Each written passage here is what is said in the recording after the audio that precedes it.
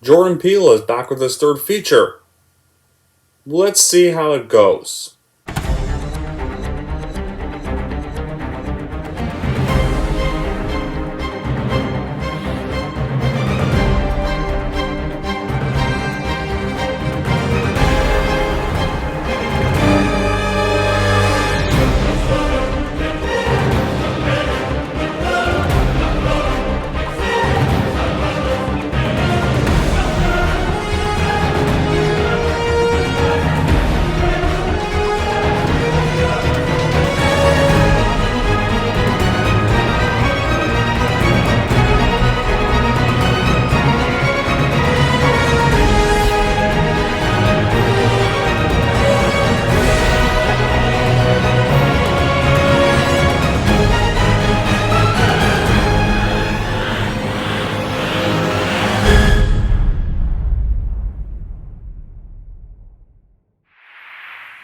Hey everyone, it's Don G. Corleone here, and I'm here with a brand new movie review. And this movie review is going to be for a film that had just come out around July 5th, this weekend.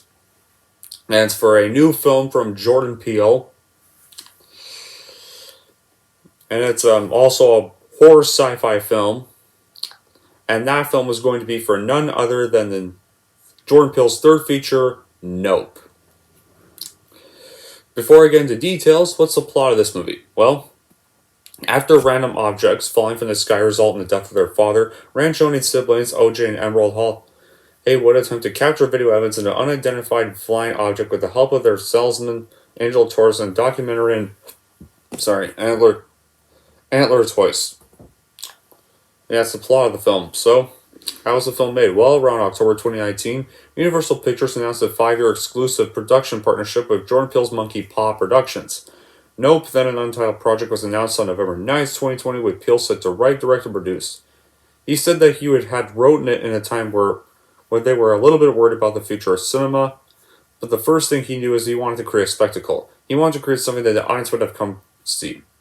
And Peele cited King Kong Jurassic Park, movies about humanity's addiction to spectacle, along with Close Encounters of the Third Time, and Signs and A Wizard of Oz's influence to the writing. He explained his decision to include a major focus on clouds of the film was because the beauty of the sky was enthralling to him, and the first movies in a way. And he would often see a cloud that sits alone and is too low, and it gives him this vertigo and a sense of presence with a capital P-I that he could not describe. But he knew that if he could bottle that and put it into a horror movie, it would probably change the way people look at the sky.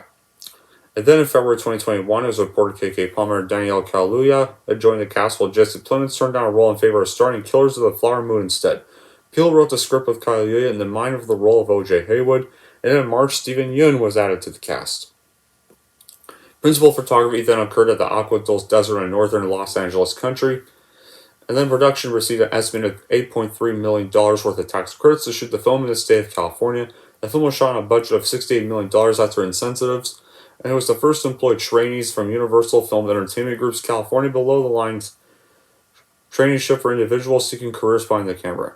Nope was shot by cinematographer Hope Van Waitima using Kodak film, including 65mm film and IMAX formats. The film then held its premiere at the TCL Chinese Theater at Los Angeles on July 18, 2022, and has been released in the United States on July 22, 2022 by Universal Pictures. Now when it comes to the reactions to the film so far have been mostly positive. Some have praised the story, performances, cinematography, and sound design, and was even compared to Jaws and Close Encounter of the Third Kind. Now as for my reaction, I still did casually want to see this since I have loved Jordan Peele's other films, like for example, I enjoyed Get Out and it's one of my favorite films of the 2010s and one of my favorite films of all time. As for his one after that, which was Us in 2019, I saw that one in theaters opening night a few years ago, and I did enjoy it, but not as much as Get Out due to those last few minutes almost nearly killing the film for me. So I saw Nope in theaters this weekend, and what did I think of it? Well, I thought it was pretty mediocre. An improvement over that Candyman film he produced last summer, though. While Nope is a visual spectacle, I found that it didn't sit as well as I would have hoped when it came to the story. But at least does somewhat reach its goal of entertaining on some level. I mean, This film just didn't work right for me. It still didn't reach the same levels of Get Out or anything like that, and the film even felt slightly way too long due to the first and third acts feeling fast and somewhat stuffed with a lot of going on, while the second act felt too slow and drawn out. And a lot of parts put me into a state of a lot of parts even would put me in a state of boredom. And even further than that, like once the reveal of the antagonist happened, the magic and tension just disappeared. Before that tension disappeared, I found there was some good tension built to the soundtrack, but again, things just fell short. And as for the horror parts, I assumed there would be more than just the one shown in the commercial, and while there was, again, a lot of the horror magic disappeared once the antagonist was shown. And the film is well acted. The actors are clearly understanding their characters and bring a lot to the story to elevate it far above what's on the page. It's quite the compliment to the actors because what's on the page is one of the clunkiest, most bloated screenplays all year. Like at over 2 hours long, like Nope could have and should have been a tight 90-minute suspense ride or a 100-minute suspense ride. But it's not. Like the first 30 minutes consists of very compelling character introductions that are then just abruptly and completely abandoned in favor of meandering subplots regarding either hiding from an alien or getting an alien on camera. The climax is about 50 minutes too long and almost unbearably repetitive, regurgitating the same 2 or 3 visual set pieces over and over again. There is an attempt to give the 2 lead characters some kind of cathartic emotional moment at the film's conclusion, but it's entirely unearned to kind of an embarrassing degree. I mean, like, now, the title, Nope, would make you guys think that this movie has a good title because this movie is just a big nope. Well, no, it's not. Because there's still some things I liked about it, so may not be a nope, but it's certainly not a yes, if you know what I mean. This movie should just be called Maybe.